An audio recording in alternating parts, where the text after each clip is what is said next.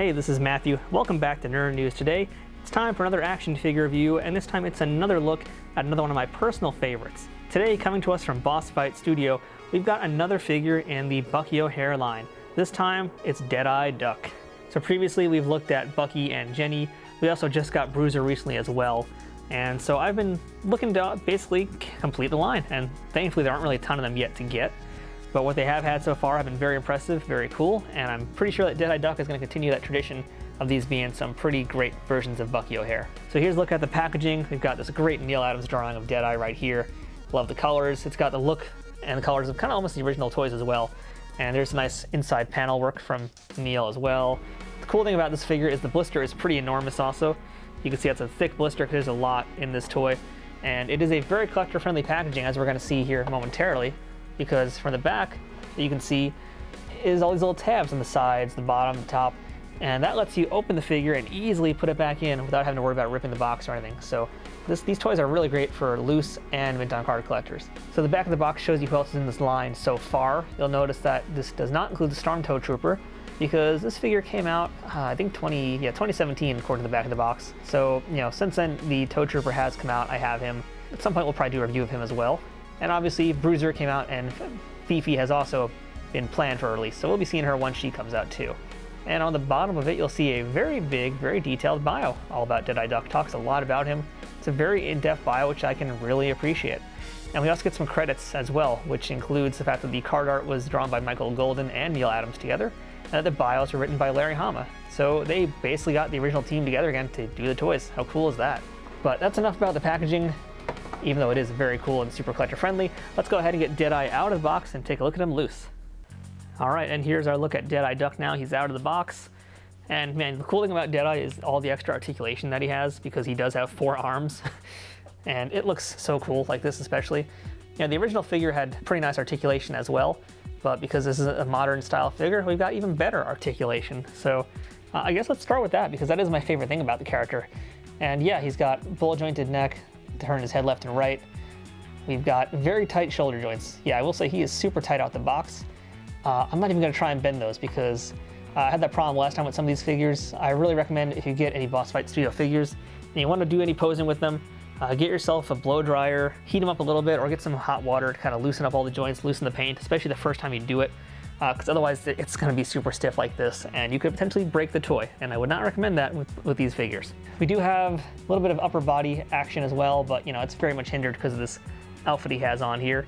But looks like the legs, at least, those should move. No, actually, those are very stiff also. So yeah, again, I don't want to move this stuff because it's very stiff, and his joints are also fairly small. So I'm not going to play around with it too much. But I can tell you that he is very, very highly articulated. But again, I can't show it to you guys, so if you do get him, I recommend you heat everything up nice with a blow dryer for a few minutes, and boom, you will not have this problem. I didn't think about it today, so I can't really show you much more about it, but at the very least you can know it's there. I love that his little tail is covered up in this jumpsuit he's got on too. And again, you'll notice his back has all these little pegs and stuff to hold things. Well, that's because he's got a lot of things to hold. And what are those things? Well, let's bring them out. We have not 1, but 4 little blasters. So I'm gonna go ahead and swap out all of them into his hand, show you how those look. And there we go. And yeah, they go on very, very simple, very, very easily. And what I also like about them is that his finger actually does go onto the triggers of all of those. He's got a trigger finger on all those hands, and it does slide into the trigger. So that's really cool. That's how it looks. All 4 hands, each one holding a gun. You might also notice that the guns on Deadeye here are a little bit different. Each one is kind of semi-different. I think these 2 are actually more or less the same, but these are slightly different guns as well. So that's kind of cool that you're not just getting 4 guns, but 3 different versions of the same guns. That's a lot of fun to add on. So right off the bat, we've got a lot of accessories. But not only that, he also comes with a bunch of other accessories. That includes this little bunch of stuff over here. He's got 4 more hands and 2 additional faces. So I'm not going to try and swap out the hands today, unfortunately, because last time we had some problems with that. And again, this figure is super duper tight right now.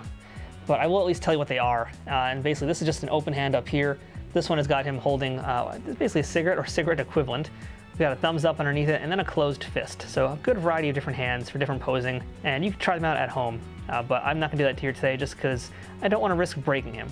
I am going to risk potentially, though, these faces, because I think those are worth giving a shot to.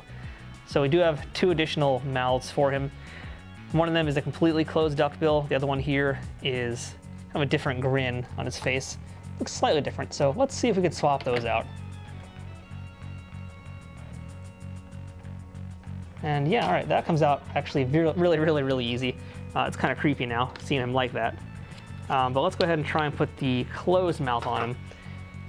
So last time, yeah, that was a problem, was swapping out these mouthpieces, but this time, no, that was actually really easy. Huh, that was actually impressively quick and easy and painless, wow. So yeah, that's actually really great. They definitely improved that with the previous figures.